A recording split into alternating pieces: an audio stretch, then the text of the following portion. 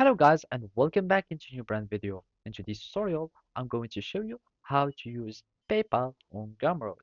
So make sure to watch the video to the end and follow these simple steps. So basically the first thing would be is to create your Gumroad seller account or to create just an account so you can have your listings, etc. And after that, you will be needing just to set up your payments method, and from there you can enable PayPal. So basically here I can go just to the dashboard and here I can find all my products, and from here you can add your digital products or whatever the products that you would like.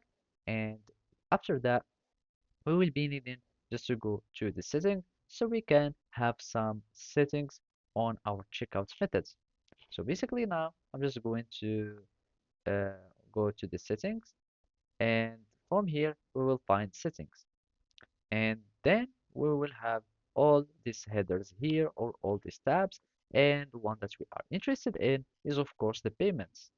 By clicking on payments we will be able to go and search for the payouts payments methods, and from here you can start adding PayPal or use PayPal.